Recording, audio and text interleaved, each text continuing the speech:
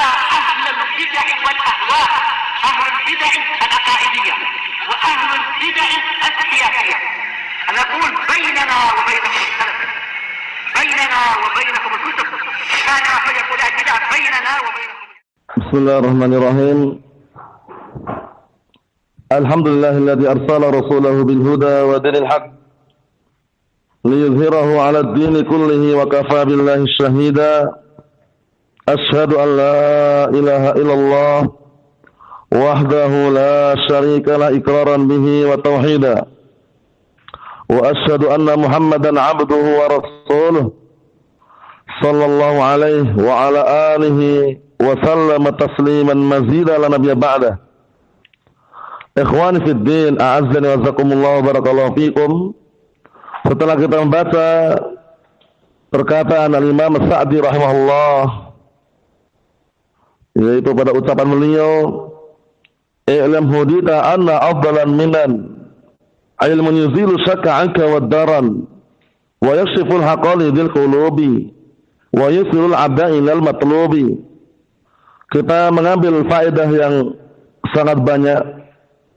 Di antaranya adalah faedah yang besar, bahwasanya di dalam diri kita ada dua penyakit yang harus kita obati, yang harus kita hilangkan, yaitu penyakit syubhat dan penyakit syahwat. Penyakit syubhat hanya teratasi dengan ilmu.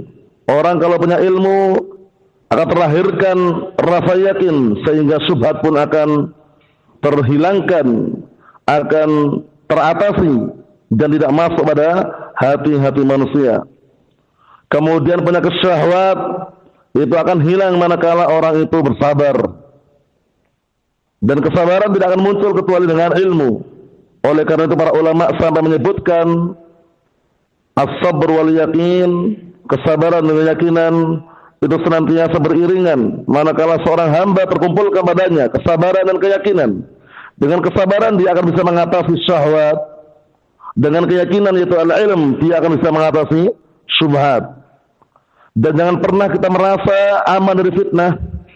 Mungkin karena kita sudah lama mengaji, kenal dakwah salafiyah, kenal sunnah sudah lama, kemudian merasa aman dari fitnah. Jangan pernah. Kenapa? Karena hati manusia itu lemah, sedangkan syubhat menyambar-nyambar. Sampai-sampai diungkapkan oleh sebagian para salaf, innal quluba dha'ifah was-subha khattafah. Sesungguhnya hati-hati itu lemah, sedang syubhat menyambar-nyambar. Ikhwan fid din, a'azzani jazakumullah barakallahu fikum. Oleh karena itu perlunya kita membekali diri, perlunya kita untuk menghilangkan penyakit yang bisa membunuh hati kita, yaitu penyakit kebodohan. Jangan rela, jangan ridho kebodohan senantiasa hinggap pada diri kita, sehingga kita lupa Al-Quran, lupa As-Sunnah, lupa Allah, lupa Rasulnya. Jangan.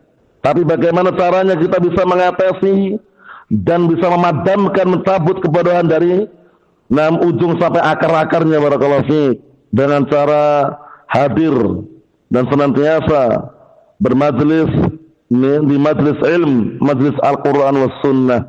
Kita lanjutkan berikutnya. Qala al-Imam Sa'di rahimahullah, halaman 14 itu, fahris ala fahmika lil qawaidi jami'atil masail syawaridi. Artinya semangatlah engkau untuk memahami kaidah-kaidah. Sekarang beliau sudah mulai membuka sekarangnya, termasuk ilmu yang diinginkan beliau sini, ilmu mengilmui tentang kaidah-kaidah, itu tentang dasar-dasar pokok, tentang pondasi-pondasi inti yang dibangun di atas pondasi itu apa? Permasalahan-permasalahan fikih yang banyak. Karena kitab ini kitab apa? Al-Qawaidul Fiqhiyah, kaidah-kaidah fikih. Kaidah-kaidah fikih di sini adalah kaidah-kaidah fikih yang sifatnya masih besar, sehingga di bawah kaidah tersebut tercabang permasalahan fikih yang sangat banyak. Makanya Anda sebutkan berkali-kali kan, antum cukup fokus pada 5 kaidah kubro. Jadi walaupun sepanjang apapun yang membahas, kalau masalah Al-Qawaidul Fiqhiyah, kaidah-kaidah fikih, itu fokusnya pada 5 kaidah kubro. Dikenal khamsu al-qawaid al-kubro. Nanti kita baca. Kenapa? Semua permasalahan fikih insyaallah biidznillah tidak terlepas dari apa? berputar di bawah kaidah tersebut. Naam. Kita baca dulu. Fahris ala fahmika al-qawaid. Semangatlah engkau untuk memahami kaidah-kaidah. Jami'atul masail syawaridi. Yang kaidah tersebut mencakup permasalahan-permasalahan yang berbeda-beda. Syawarid itu adalah mutafarriqah. Yakni al-mutafarriqah. Permasalahan-permasalahan yang berbeda-beda, yang beraneka ragam perbedaannya. Nah, kaidah apa yang diinginkan di sini? Di antara adalah kaidah fikih. Jadi nanti ada kaidah fikih, satu kaidah itu bercabang di bawahnya permasalahan yang sangat banyak sekali. Sebagai bukti saja ya, sebagai bukti biar nanti antum semakin paham. Satu kaidah la darar wala dirar, kullu darar yuzal, tidak boleh membahayakan diri sendiri dan tidak pula membahayakan orang lain. Ternyata itu kaidahnya besar, tapi di bawah kaidah itu semua permasalahan fikih yang kaitannya dengan itu masuk semuanya. Membunuh orang lain nggak boleh karena membahayakan. Bunuh diri nggak boleh karena membahayakan. Makan hewan laut yang bisa membahayakan dirinya nggak boleh karena membahayakan. Paham ya? Ternyata apa satu kaidah yang besar di bawahnya apa berputar masalah-masalah fikih yang banyak.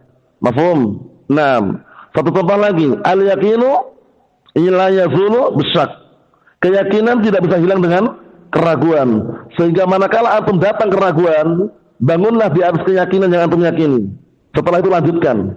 Contohnya antum sholat zuhur berapa rakaat sholat zuhur? 4 rakaat. Di rakaat ketiga ragu, sudah 4 atau belum ya? Atau 3 atau 4? Berarti dibangun kepada 3 tambah 1 lagi 4. Paham? Di rakaat keempat bingung, ragu. Ini sudah 4 atau 5 ya? Berarti 4, nggak usah nambah lagi. Paham ya? Itu nanti dibahas semuanya dalam masalah fikih. Nah, ini kaidahnya sekarang kita pelajari kaidahnya. Naam. Berikutnya kata beliau, litartaqi fil ilmi khairu murtaqa wa taktafi subulal ladzi qad wufiqa. Artinya hendaknya engkau mempelajari ilmu secara bertahap. Litartaqi fil ilmi maksudnya itu mempelajari ilmu khair murtaqa, itu sebaik-baik cara belajarnya itu tadarrujan, bertahap. Karena ilmu itu bertingkat-tingkat. Ilmu itu bertingkat-tingkat. Ada ilmu dasar, ada ilmu barakallahu fi yang tinggi, ada ilmu wasilah, ada ilmu puncak. Ilmu wasilah seperti ini, al-qawaidul fiqhiyah termasuk ilmu wasilah. Ilmu sarana perantara, bukan ilmu puncak.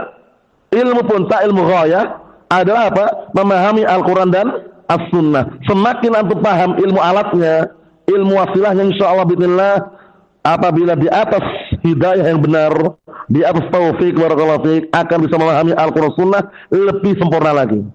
Mafhum? Sehingga mempelajari ilmu seperti ini, ilmu wasilah seperti ini, jangan bermalas-malasan, mumpung ada waktu, ada kesempatan, dipelajari. Nanti akan terbuka di benak antum permasalahan fikih yang sangat luas dan lebar yang tidak antum sangka. Dengan 5 kaidah khamsu al-qawaid al-kubra. 5 kaidah pokok yang besar. Yang sudah kita lewati tadi ya, nanti kita baca lagi. Apa kata beliau? Wa taktafi subulal ladzi qad wufiqa. Dan ikutilah takfi ayat tasda, dan ikutilah jalannya orang-orang yang diberikan taufik. Maksudnya apa? Jalannya para salafun saleh dalam ilmu masalah fikih ini pun, dalam masalah al-qawaidul fiqhiyah pun ikuti jalannya para barakallahu fiik salafun saleh. Bagaimana mereka memahami dalil, bagaimana mereka menggunakan qiyas, bagaimana mereka istinbat terhadap suatu dalil. Karena qawaidul fikih ini lain dengan ilmu usul fikih ya. Kalau usul fikih itu barakallahu fiik, itu ilmu yang mempelajari tentang apa? Dasar-dasar pokok fikih yang dengan ilmu tersebut orang akan bisa mengambil istinbat. Mengambil istinbat dari dalil yang masih global. Dari dalil yang masih global keluarlah hukum. Itu ilmu usul fikih. Contohnya, wa'budullaha wa la tusyriku bihi syai'a. Wa'budullaha, perintahkan beribadahlah kalian semuanya kepada Allah. Nah, dari situlah ilmu usul fikih main nanti. Wa'budullah, perintah ya, berarti ibadah itu wajib-wajib. Tahu dari mana? Al-asl fil amr yadullu 'alal wujub. Kaidah usul. Hukum asal perintah menunjukkan wajib. Wa'budullah, perintah atau bukan? Perintah. Amr atau bukan? Amr. Nah, dari situ para ahli usul mengambil istinbat bahwasanya apa? Ibadah itu wajib. Tahunya dari mana? Ini perintah. Wa'budullah. Apa kaidahnya? Apa kaidah usulnya, usul fikihnya? Kita katakan al-asl fil amri yadullu 'alal wujub. Hukum asal suatu perintah menunjukkan apa? Wajib. Mafhum? Berarti ibadah itu apa? Wajib. Syirik bagaimana syirik? Haram. Wala tusyriku bihi syai'a. La tusyriku lanya apa itu dalam ilmu nahwu? La nahiyah. La yang menunjukkan larangan. Diambil istinbat oleh al-usul, diambil istinbat, dikeluarkan hukumnya, berarti syirik itu haram. Tahu dari mana? Larangan. Kaidahnya apa? Al-aslu fil nahyi yadullu ala tahrim. Itulah faedah belajar ilmu usul. Bisa mengambil istinbat, mengeluarkan hukum dari dalil yang masih umum, masih global. Iya enggak? Tahunya dari mana kalau syirik itu haram? La tusriku lana lanahiyah wal aslu fil nahyi yadullu ala tahrim. Hukum asal larangan adalah haram, berarti syirik haram.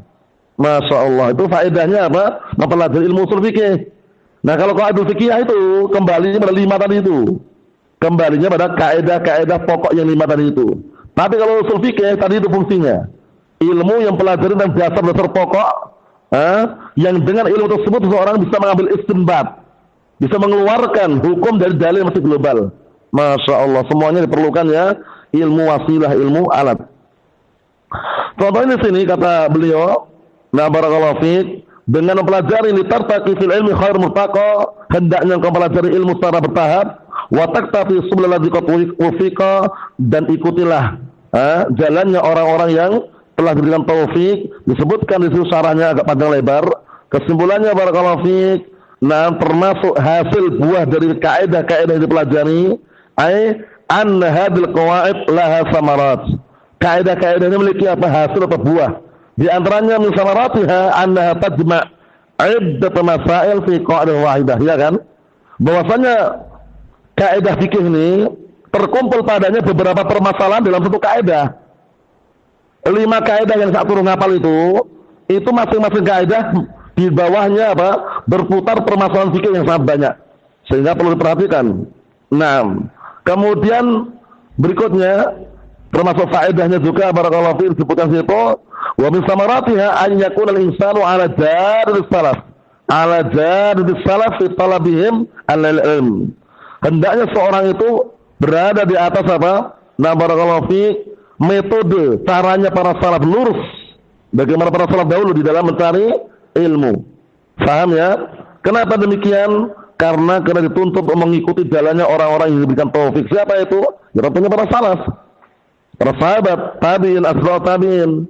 Naam. Di bawahnya juga sebutkan situ bahwasanya faminal samarat, termasuk hasil buah mempelajari ilmu kaidah fikih ini, an ya'rifa isti'mal qiyas. Seseorang akan mengetahui cara menggunakan qiyas. Enggak sembarangan. Karena pada asalnya qiyas itu harus padanya terpenuhi 4 rukun. Orang boleh menggunakan qiyas kalau terpenuhi padanya 4 rukun. Itu qiyas yang dikenal dengan apa? Barakallahu qiyas illah. Qiyas illah itu nanti ada sebabnya, ada cabangnya, ada dasar pokoknya, ada hukumnya. Jadi ada 4 rukunnya. Qiyas ini terpenuhi padanya 4 rukun baru bisa digunakan. Pertama al-asl, kedua al-fara', ketiga adalah al-illah, keempat adalah al-hukum.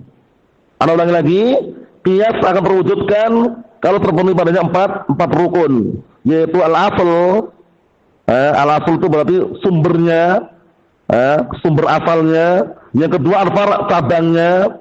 Fara' itu cabang. Yang ketiga illah, sebabnya atau alasannya. Barulah yang keempat hukumnya. 4 ini ada ini. Contohnya, kenapa Nabi itu air endapan kurma atau anggur? Kenapa kok Rasulullah SAW melarang meminumnya ketika lebih dari 3 hari? Kenapa? Dikiaskan dengan khamr. Khamr haram gak khamr? Haram karena memabukkan, ya kan? Nabi air endapan kurma, air endapan anggur. Kenapa ketika 3 hari ke atas gak boleh diminum? Karena ilahnya sama, iskar. Jadi sekarang kita main kayak sekarang. Sekarang al-asl, sumber intinya apa? Khamr. Fara'nya, cabangnya apa? Nabiz. Ilahnya apa? Iskar, mabukkan. Hukumnya apa? Haram. Sama sudah? Sama belum? Contohnya sekarang barakallahu fiik, ada cairan. Cairan ini memabukkan. Paham ya? Namun walaupun cairan apapun ini memabukkan, itu nanti dikiaskan dengan khamr. Nah, khamr ini namanya al-asl. Al-asl, sumber untuk dikiaskan itu khamrnya ini. Nah, cairannya namanya far', cabang. Kenapa kok haram? Karena memabukkan, sama-sama mabukkan. Berarti illah. Hukumnya apa? Haram. Mafhum? Jadi terpenuhi padanya qiyas. Walaupun bentuk tablet, kapsul, serbuk yang dihirup, yang diseduh, yang dihisap, kalau mabukkan haram. Walaupun tidak harus cairan. Paham maksudnya? Dikiaskan dengan khamr. Terpenuhi padanya asal para illah hukum. Nah, mafhum? Seperti itu. Kita lihat barakallahu fiik, memang pembahasan qiyas ini masuknya dalam usul fikih, tapi untuk prakteknya ternyata masuk juga dalam apa? Kaidah-kaidah fikih untuk penggunaannya. Karena di sana ada namanya apa barakallahu fiik tadi? Illah, sebab atau alasan. Kenapa nabi itu kok haram? Sebabnya apa alasannya? Memabukkan. Berarti dikiaskan kepada khamr. Khamr itu asalnya sumber yang dijadikan apa? Nah barakallahu fiik untuk dikiaskan tadi itu, yang dikiaskan namanya nabi itu para kemudian ilahnya iskar mabukkan, hukumnya haram. Jadi paham ya? Nah barakallahu fiik. Ikhwani fid din, azza wa jalla, barakallahu fiikum. Seperti itu. Kita lanjutkan lagi bawahnya. Qala al-Imam As-Sa'di rahimahullah, wa hadhihi qawaidun nazamtuha min kutubi ahli al-ilmi qad hassaltuha. Kata beliau, inilah pantun-pantun yang aku telah menyusunnya dari kitabnya ahli al-ilm. Sungguh aku telah mengumpulkannya. Al-Imam As-Sa'di rahimahullah, beliau menyusun pantun-pantun ini, al-Qawaidul Fiqhiyah, bentuknya pantun atau puisi ini, dari kitab-kitabnya ahli al-ilm. Dari kitabnya siapa? Ahli al-ilm. Beliau kumpulkan sehingga insyaallah biidznillah, nah barakallahu fi, kitab diberkahi. Dan antum saksikan banyak syarah-syarah terhadap al-Qawaidul Fiqhiyah ini. Paham ya? Di antaranya beliau sendiri pemilik matan punya syarah. Pemilik matan punya syarah. Syarah terhadap apa? Matan al-Qawaidul Fiqhiyah. Ternyata syarah yang kita baca ini bukan syarah beliau ya, hafal ya. Kemarin salah cetak tapi enggak masalah. Kita baca intinya langsung kita masuk kepada matannya saja. Wa illa beliau punya syarah tersendiri. Syarah terhadap apa? Matan al-Qawaidul Fiqhiyah. Matannya karya beliau, syarahnya juga karya beliau. Syekh Muhammad bin Shalih Al-Utsaimin, beliau juga punya syarah. Masya Allah. Jadi sekarang kita fokusnya ke matan ini ya. Fokus ke matan, kita ambil sedikit catatan kaki yang ada di situ, nggak masalah. Yang paling terpenting kita tahu bahwasanya matan ini ada syarahnya.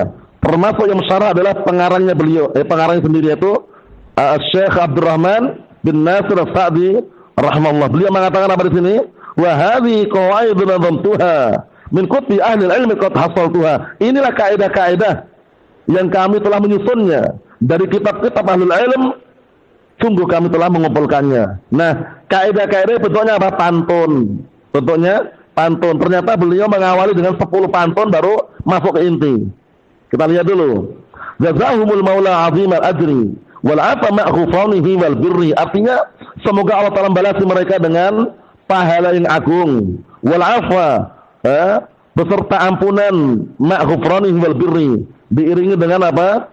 Beserta barakallahu fiik, maaf, dan diiringi dengan apa? Ampunan serta kebaikan. Ini doa ini ya. Jazahumul maula azimal ajri wal afa ma ghufranihi wal birri. Semoga Allah Ta'ala membalasi mereka dengan pahala yang agung dan ampunan serta ghufran itu ampunan, wal birri dan juga kebaikan. Ini doa beliau kepada para ahli ilm yang mereka telah barakallahu fiik mengumpulkan kaidah-kaidah fikih. Kemudian beliau menukilkan dari kitab-kitab mereka. Paham ya? Di sana ada kitab tebal, Qawaid Ibn Rajab. Itu biasanya dikaji setelah kitab ini. Jadi setelah kitab ini ada kitab bagus juga, agak tebal dikit. Namanya kitab Al-Qawaid wal Ushul Jami'ah. Itu karya Sa'di juga. Itu dikaji setelah kitab ini biasanya. Setelah itu nanti ada namanya Al-Qawaid Ibn Rajab.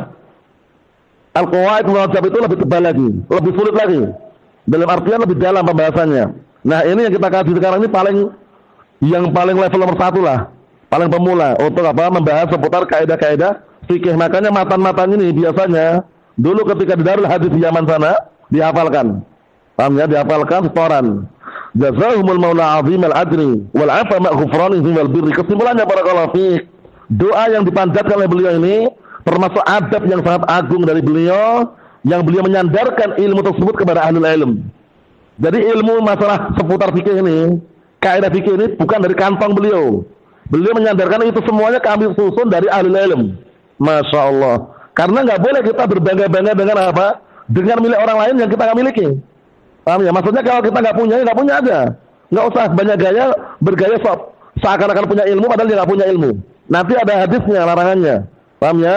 Ya, sebagaimana perkataan Rasulullah SAW dalam hadisnya Asma bintu Abi Bakrin, disebutkan situ halaman 15 itu, al-mutasabbi' bima lam yu'ta kalabisi saubaiz zur. Orang yang berkenyang-kenyang dengan apa-apa yang dia tidak diberi, tidak memiliki, itu seperti orang yang berpakaian dengan dua pakaian kedustaan. Maksudnya orang akan apa? Masya Allah, sepulan pandai ya, sepulan ilmunya luar biasa. Ternyata dia setelah nampak di realita kenyataan nggak punya apa-apa dia. Ini biasanya para dai yang dikenal dengan dai medsos. Dai medsos, hafal nggak punya, Al-Quran nggak hafal, As-Sunnah nggak hafal, tapi kalau di media sosial, Masya Allah, seperti Syekhul Islam di media sosial, semua pertanyaan dijawab sama dia. Tapi kalau lampu mati, kuota habis, kuota internet mati, bingung dia, hafal nggak punya. Itu hati-hati barakallahu fiik. Makanya para ulama sangat bertanbih dengan tanbih yang sangat keras, jangan sekali-kali berkenyang-kenyang dengan milik orang lain. Maksudnya bagaimana? Kalau dia itu nggak mampu, bilang aja nggak mampu. Kalau dia itu kadar ilmunya sedikit, ngomong aja sedikit. Gak usah bergaya seakan-akan ilmunya semua dia kuasai, ternyata praktek di lapangan dia nggak punya apa-apa. Kasihan kan seperti itu. Nah, barakallahu fiik, sampai-sampai Rasulullah SAW mengatakan, "Faman idda'a ma laysa lahu falaysa minna." Barang siapa yang mengaku-ngaku sesuatu yang bukan miliknya, maka bukan termasuk bagian dari kami. Halaman 15 itu ada hadisnya itu ya. Nah, barakallahu fiik. Maksudnya bagaimana? Maksudnya nggak usah bergaya di hadapan orang seakan-akan dia punya ilmu yang banyak, padahal ilmu nggak punya sama dia. Al-Quran nggak hafal, As-Sunnah pun dia tidak menghafalnya. Paham ya? Belajar pun nggak jelas kemana belajarnya. Ini sangat disayangkan ketika tampil di media sosial seakan-akan semua dia kuasai. Padahal ketika kuotanya habis, internet nggak ada, listrik mati, lampu mati, dia nggak punya apa-apa. Surah muhadharah pun nggak bisa dia. Barakallahu fiik, surah ngisi kajian pun nggak mau. Karena apa alasannya? Kuotanya habis. Itu nggak benar. Itu nanti masuk dalam, nah barakallahu fiik, dikenal juga kita juluki dengan dai karbitan. Dai karbitan itu, antum tahu pisang? Pisang itu kalau belum matang di karbit, itu matangnya cepat. Tapi rasanya lain dengan matang yang di pohon. Ya nggak, matang di pohon, lain rasanya manis. Tapi kalau, nah barakallahu fiik, matangnya di karbit, memang matang, cuma rasanya lain. Maksudnya bagaimana? Seorang dai ketika dia jadinya kan di karbit, belum saatnya dia tampil duluan, belum saatnya dia menyampaikan ilmu, kemudian dia menyampaikan duluan, itu biasanya rasanya lain dengan yang sudah memang saatnya. Paham ya? Ilmu matan, hafal Al-Quran, hafal As-Sunnah, mengamalkan, kemudian mengajarkan, kemudian juga meyakini lain. Makanya ada tanbir di sini barakallahu fiik, hadis yang dinukilkan oleh pensyarah di sini, wa man idda'a ma laysa lahu falaysa minna. Kata Rasulullah SAW dalam hadis Abi Dzar yang diriwayatkan oleh Bukhari dan Muslim, barang siapa yang mengaku-ngaku sesuatu pada dirinya padahal bukan miliknya, dia nggak punya apa-apa, falaysa minna, maka bukan termasuk bagian dari kami. Jadi lebih baik ala kadarnya, seadanya, semampunya, nggak usah banyak gaya, nggak usah muluk-muluk seakan-akan semua ilmu dia kuasai. Jangan, ingat ayat yang sudah sampaikan di awal tadi itu, wa fauqa kulli bi ilmin alim. Di atas orang yang berilmu itu ada yang lebih berilmu lagi. Kemudian ayat yang berikutnya, wa ma utitum minal ilmi illa qalila. Dan tidaklah kalian diberikan ilmu kecuali sedikit. Jadi ilmu yang kita miliki ini walaupun nampaknya banyak, itu sedikit. Makanya kalau kita menyampaikan ilmu sesuai dengan kadarnya, sesuai dengan kadarnya, sesuai dengan kemampuannya. Selebihnya kalau dia nggak mampu, tanyakan kepada para ulama al-sunnah, para asatidzah al-sunnah. Paham ya? Ditelaah kembali, cek kembali, nah sesuai dengan apa? Pemahaman para salaf seperti itu. Dalil Al-Quran was sunnah. Naam. Ikhwani fid din, azza wa jalla, barakallahu fikum. Berikutnya dibalik lagi. Halaman 17. Halaman 17 bagian bawah itu. Nah, barakallahu fiik. Bagian bawah itu ya. Idza kana salafu, apabila para salaf saja, nah fi dzalika zaman, di waktu itu ya, zaman safa wan naqa, zaman yang masih murni, bersih, itu aja kanu yatakallamuna an mujahadatin nafs. Mereka berbicara tentang apa? Tentang mensucikan jiwa ini. Karena jiwa ini berat, barakallahu fiik. Aslinya jiwa ini senantiasa merintahkan pada yang jelek aslinya. Cuman kita tahan, kita arahkan pada yang terbaik. Inna nafsa la ammaratun bisu Sesungguhnya jiwa itu senantiasa merintahkan pada perkara yang jelek, tapi kita tahan, kita tepis, kita larang, kita kalau kita halau, jangan sampai merintahkan pada perkara yang jelek. Nah, ternyata para ulama terdahulu yang zamannya lebih baik, itu pun mereka sangat khawatir. Jangan sampai niat itu tercoreng. Niat itu apa? Tercoreng. Karena niat ini sumber dalam artian baik buruknya amalan tergantung dengan niatnya. Sama-sama sholat dua orang, A sama B sama-sama sholat, tapi ternyata beda. Yang satunya sholat karena Allah, satunya sholat biar dipuji. Tapi sholatnya sama, 2 rakaat, gerakannya sama, tapi niatnya beda. Mafhum? Makanya barakallahu fiikum, menjaga keikhlasan niat itu penting sekali. Terkhususkan di zaman sekarang penuh dan fitnah. Sampai-sampai disebutkan itu dinukilkan hadis, al-ibadatu fil hardi kahijratin ilayya. Ibadah di masa-masa fitnah itu seperti hijrah kepada kata Rasulullah SAW. Karena berat. Antum lihat zaman sekarang orang bersedekah, berinfak. Banyak nggak yang mereka berinfak bersedekah tapi biar dipuji? Banyak. Selfie dulu, ya.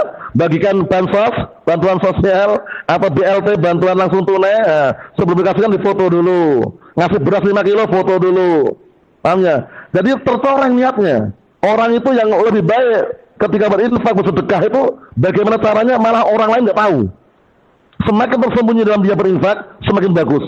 Sebutkan dalam hadis yang sahih, hadisnya muttafaqun alaih, kisah 7 orang yang akan mendapatkan naungan di suatu hari yang tidak ada naungan kecuali naungan Allah Ta'ala. Siapa di antaranya?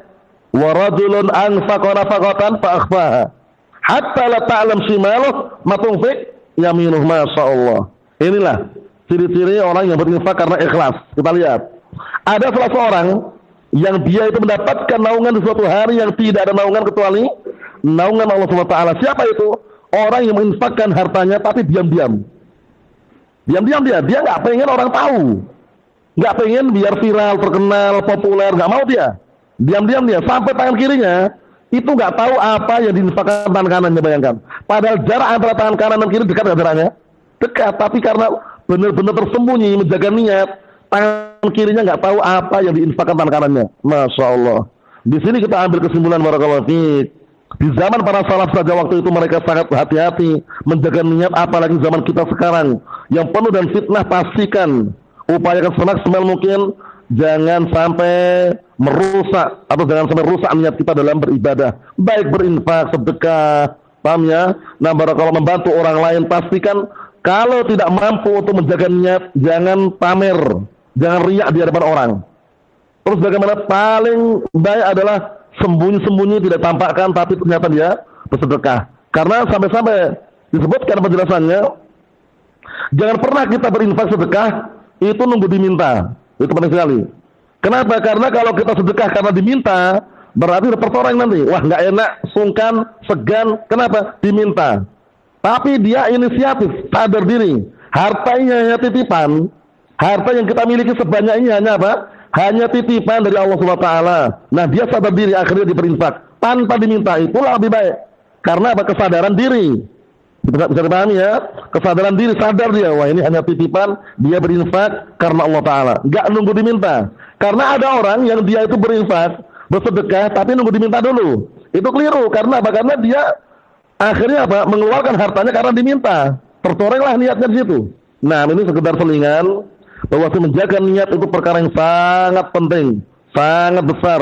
Makanya di sini antum lihat bagian bawah itu, qala an-Najm rahmatullah alaih dakhilan fi hadhil qawaid al-fiqhiyah ba'da 'ashrati abyatin qal. Artinya ternyata 10 pantun yang sebelumnya yang kita baca 10 pantun itu beliau memberikan mukadimah. Nah, sekarang barulah intinya. Memasukkan kaidah fikih yang besar. Bagian bawah itu halaman 17 qal. Nah, ini dihafalkan. Maksudnya dihafalkan kaidahnya yang besar tadi ya. Wa niyatu syartun lisa'i lil amal biha shalahu wal fasadu lil amal. Ini kaidah yang besar. Pertama, berarti apa? Al umur bima qasidiha. Semua perkara tergantung dengan apa tadi? Niat dan tujuannya. Dia sedekah, infak, niatnya apa? Biar viral, biar terkenal, biar populer, tercoreng niatnya. Pahalanya nggak sampai. Namanya riya. Riya itu syirik asghar. Syirik asghar itu menghancurkan amalan terkenai syirik tadi. Sampai-sampai Rasulullah SAW mengatakan, akhwafu ma akhafu alaikum asyirkul asghar. Fasuila anhu faqala arya. Perkara yang paling aku khawatirkan pada kalian adalah syirik kecil. Kemudian tanya, apa itu syirik kecil? Nah, apa itu syirik kecil? Kemudian ditanya, setelah itu beliau menjawab, syirik kecil adalah riya. Riya itu seorang beramal dengan suatu amalan agar dilihat, disanjung oleh orang. Dilihat, disanjung oleh orang. Itu namanya riya. Jadi kalau beramal pastikan karena Allah SWT, bukan karena si fulan atau si alan. Lihat itu. Nah, jadi kaidah yang pertama diingat ya. Kaidah yang besar yang pertama tadi apa tadi? Al-umur bimaqasidiha. Semua perkara tergantung dengan niat dan tujuannya. Nah, semuanya. Antum sholat, antum puasa, antum bersedekah, berinfak. Niatnya apa? Niatnya. Kalau niatnya karena Allah, akan dapat pahala nanti. Kalau niatnya bukan karena Allah SWT, maka apa? Dia akan justru mendapatkan dosa dan amalan tidak terima. Naam. Ikhwan fi din, azza wa jalla, barakallahu fikum. Langsung saja kita masuk halaman 18. Halaman 18 di situ disebutkan 5 kaidah yang besar. 5 kaidah yang besar. Naam, barakallahu fikum. Disebutkan 5 kaidah yang besar, dihafalkan. Yang pertama diawali dengan pantun yang disebutkan oleh As-Sa'di di sini, wa niyatu syartun lisa'iril amal biha shalahu wal fasadu lil amal. Niat itu adalah syarat untuk semua amalan. Dengan niatan tersebut, baik dan rusaknya amalan nampak. Mafhum? In khairan fa khairun wa in syarran fa syarrun. Jika niatannya baik, maka hasilnya pun juga baik, balasannya baik. Jika niatannya buruk, jelek, maka hasilnya pun juga jelek. Mafhum? Nah, kita lihat kata beliau setelah beliau menyebutkan pantun, diringkaskan situ, barakallahu fiik, dihafalkan. Nah, barakallahu fiik. Wa da'awna na'khud al-qawaid al-khams al-kubra qabla an nadkhul fi hadhihi al-qawaid adkuruha dzikra li'annaha tata'ti min haitsu syarah. Masyaallah, lihat ini. Dan kami mengajak untuk mengambil kaidah-kaidah 5 yang besar, 5 kaidah yang besar sebelum kita masuk pada kaidah-kaidah yang lain. Kami akan menyebutkan dengan apa? Dengan secara ringkas. Paham ya? Dikarenakan akan datang dari penjelasannya. 5 kaidah tersebut. Yang pertama, al-qaidatul ula. Kaidah yang pertama, hadil qaidatu allati ma'ana. Sekarang kaidah yang pertama inilah yang sekarang kita berada di atasnya. Apa itu niat? Apa kaidahnya? Al-umur bimaqasidiha, dihafalkan itu. Di kaidah yang pertama, al-umur bimaqasidiha. Semua perkara tergantung dengan niat dan tujuannya. Antum bersedekah, sholat, puasa, infak, zakat, niatnya apa? Tujuannya apa? Yang penting itu. Nam innamal a'malu binniyat. Sesungguhnya semua amalan tergantung dengan niatnya. Kita lihat.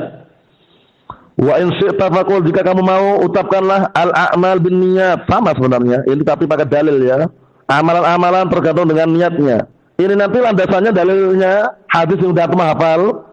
Hadis yang Umar Khattab radhiyallahu anhu muttafaqun alaih, innamal a'malu binniyat wa innama likulli imri'in ma nawa.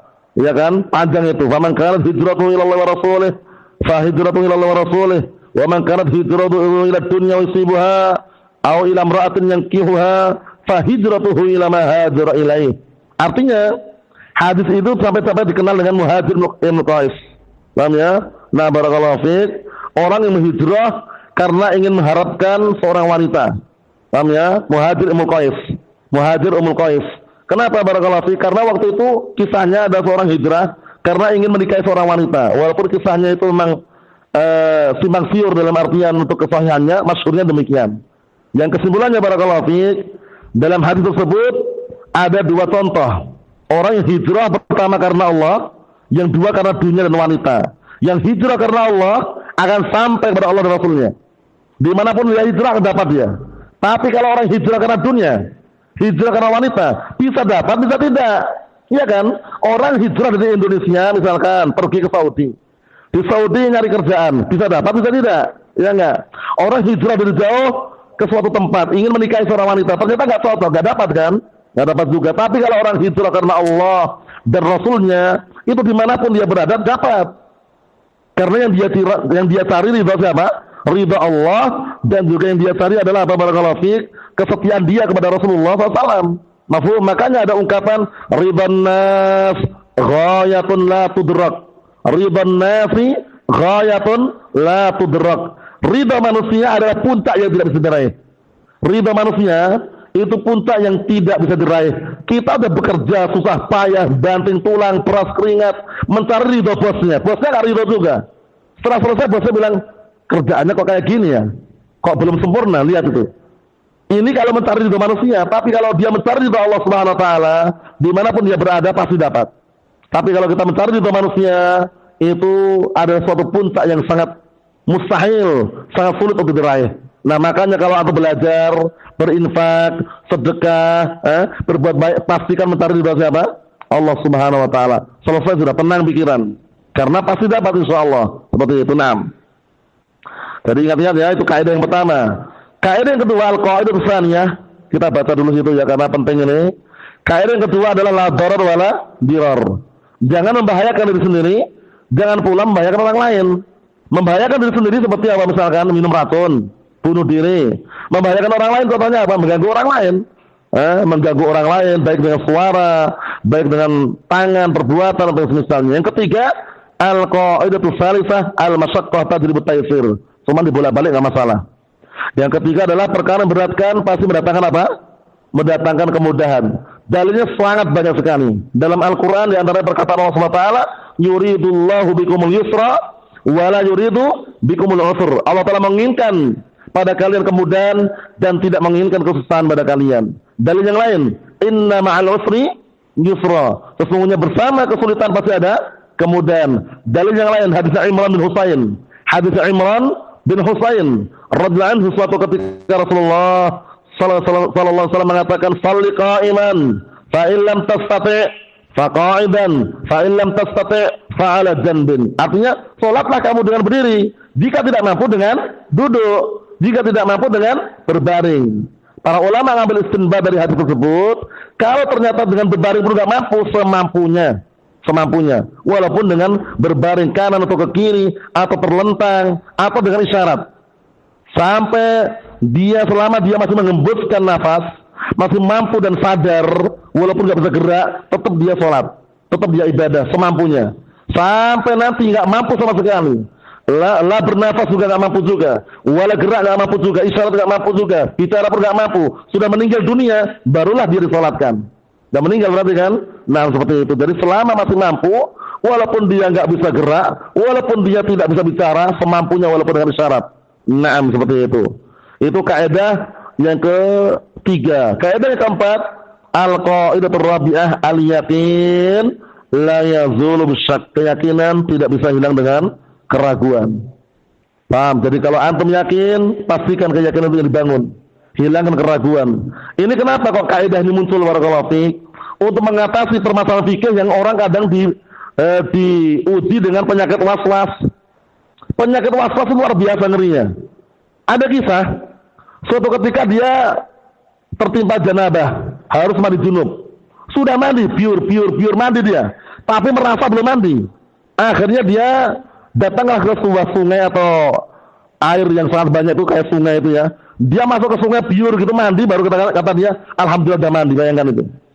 Penyakit waswas banyak sekali.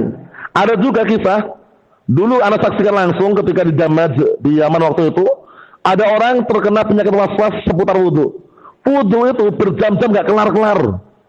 Wudhu lah ya padahal ya. Awal sekali datang waktu sholat zuhur, dia wudhu. Orang udah selesai jamaah zuhur, dia masih wudhu, dia basah sama pakaiannya. Setelah itu ditunggu, diajarin, baru alhamdulillah sudah wudhu. Bayangkan itu. Penyakit waswas bahaya barakallahu fiik. Al-Imam Ibnu Qayyim al-Jauziyah rahimahullah memberikan solusi yang terbaik ketika ditimpa penyakit waswas, berpaling dari waswas, tinggalkan waswas. Paham? Dia sholat Allahu Akbar, seakan-akan kayak ada cairan yang keluar dari kemaluannya atau semisalnya. Kalau cuma seakan-akan, bayangan, jangan dipedulikan. Abaikan, udah bismillah, lanjutkan sholatnya. Karena cuma bisikan. Paham ya? Kalau cuma bisikan seperti itu, jangan diikutin.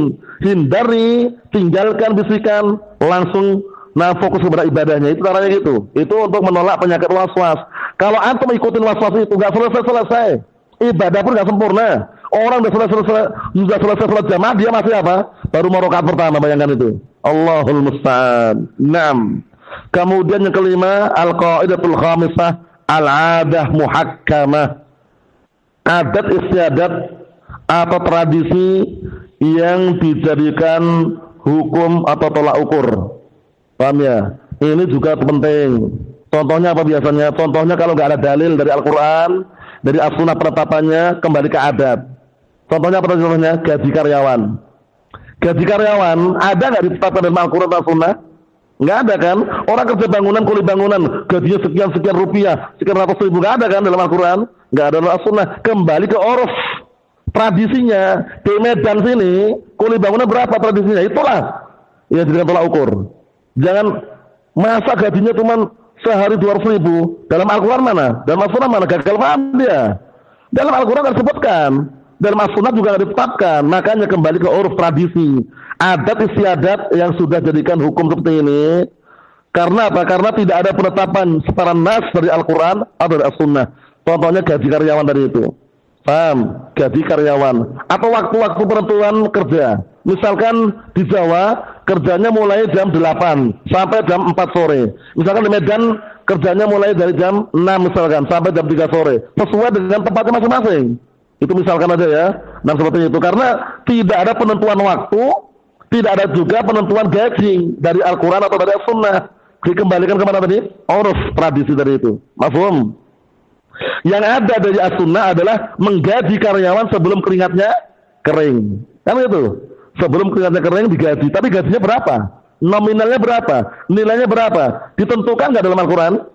Tidak. Dalam as-sunnah? Enggak juga. Kembali ke uruf. Adat tadi itu. Masya Allah. Ternyata kaidah ini besar juga ya. Jadi kaidahnya ini ternyata apa? Di bawah kaidah tersebut berputar permasalahan-permasalahan fikih yang sangat banyak sekali. Ikhwani fid din, a'azzani jazakumullah barakallahu fikum. Disebutkan situ pantunnya, antum perhatikan ini kaidah yang pertama, kita ambil dikit lagi. Wa niyatu syartun lisa'il amal, biha shalahu wal fasadu lil amal. Niat itu adalah syarat untuk semua amalan.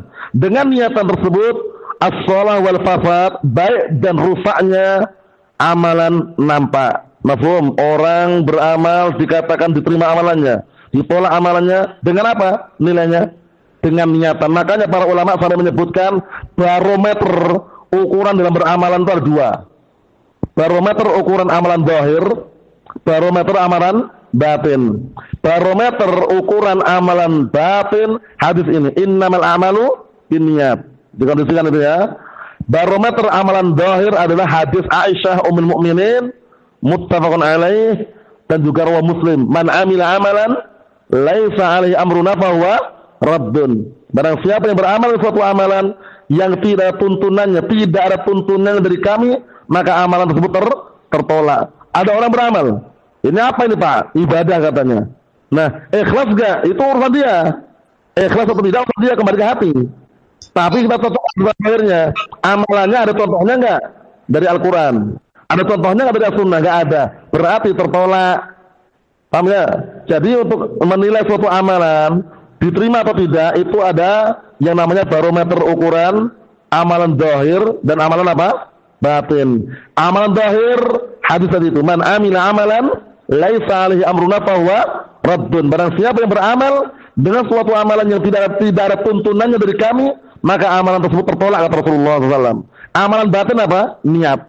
Innamal amalu binniyat, tergantung dengan niatnya. Kan gitu. Nah, barakallahu fiik. Ketika menjelang pemilu, caleg legislatif bagi-bagi uang.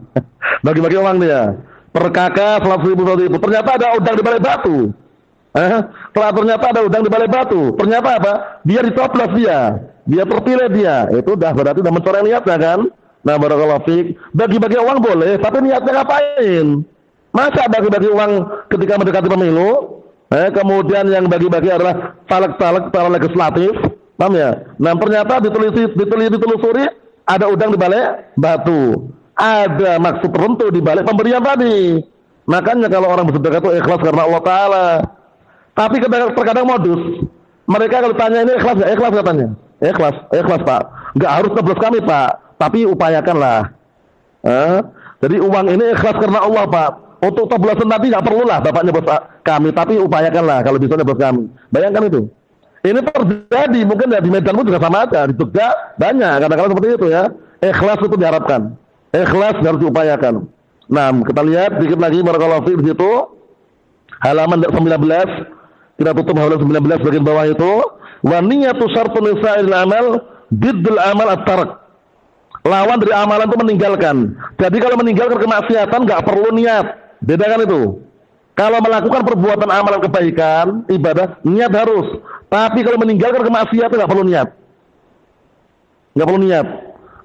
Dia biasanya ngerokok. Kemudian hari itu dia nggak ngerokok.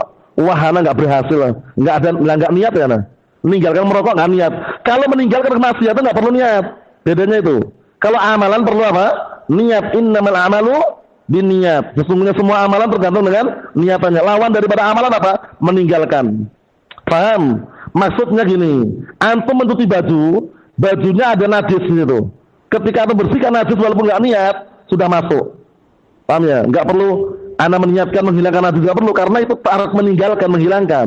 Mafhum? Nah, seperti itu. Jadi nanti ada kaidah di sini perlu antum perhatikan, kata pensyarah di sini, diddul amal at-tark, lawan dari amalan itu meninggalkan. Wa tarku la yahtaju ila niyyah, ini penting ini. Meninggalkan suatu perkara itu tidak perlu niat. Paham ya? Atau contoh yang lain, berlepas diri dari tanggungan itu nggak perlu niat. Contohnya gini, antum punya hutang di toko, punya hutang. Nah, kemudian barakallahu fiik, antum punya hutang, akhirnya datang bayar, tapi lupa niat. Ini bayar hutang nih, nggak ada niat sama sekali itu bayar hutang, tapi dia sudah bayar lunas. Kira-kira sah nggak pembayarannya? Sah, nggak ada lafaz wah karena tadi nggak niat ya, uangnya dibalik diambil lagi, nggak bisa. Paham ya? Jadi untuk niat ini barakallahu fiik, fokus kepada apa? Amalan. Ketika orang beramal ibadah, beramal ketaatan, maka diperlukan niat. Tapi kalau meninggalkan suatu kemaksiatan, berlepas diri dari suatu tanggung jawab, misalkan bayar hutang atau menunaikan barakallahu fiik, tanggung jawabnya berupa pembayaran hutang atau semisalnya, maka tidak perlu niat di situ. Yang terakhir kata beliau, wa niyatu yaqsudu biha amran. Niat itu yang diinginkan dengannya dua perkara. Wa niyatu yaqsudu biha amran. Niat itu yang diinginkan dengannya dua perkara. Apa dua perkara tersebut? Pertama, tamyizul amal, untuk bedakan amalan antara satu yang lainnya. Yang kedua, wasani tamyizul ma'mullah. Penting ini. Jadi orang ada niatan, fungsinya apa? Pertama, untuk bedakan antara amalan satu dan yang lainnya. Sama-sama 2 rakaat. 2 rakaat subuh dengan 2 rakaat sebelum subuh, sama nggak? Beda ya. 2 rakaat sebelum subuh sunnah, 2 rakaat subuh wajib. Perbedakan dengan apa? Dengan apa perbedaannya? Niat. Paham? Yang kedua, untuk membedakan ma'mullah. Dia niatkan untuk siapa amalannya? Paham belum? Sama-sama sholat subuh. Si A sama si B sama-sama sholat apa? Subuh. Persis sholatnya, bagus sekali sholatnya. Gerakannya tidak ada salah. Tapi ternyata satunya niatnya untuk Allah Ta'ala, satunya niatnya untuk manusia, biar dipuji. Tercoreng gara-gara apa? Niat. Mafhum? Jadi niat fungsinya 2 ya. Fungsi pertama untuk membedakan antara amalan satu dan amalan yang lainnya. Fungsi yang kedua untuk membedakan antara untuk siapa dia melakukan perbuatan tersebut. Untuk Allah atau untuk yang lainnya. Mafhum? Nah, wallahu a'lam bishawab, itu yang kita ambil. Yang berikutnya insyaallah kita lanjutkan pada pertemuan selanjutnya. Nasallahu as-salamatul afiyah. Walhamdulillahirabbil alamin.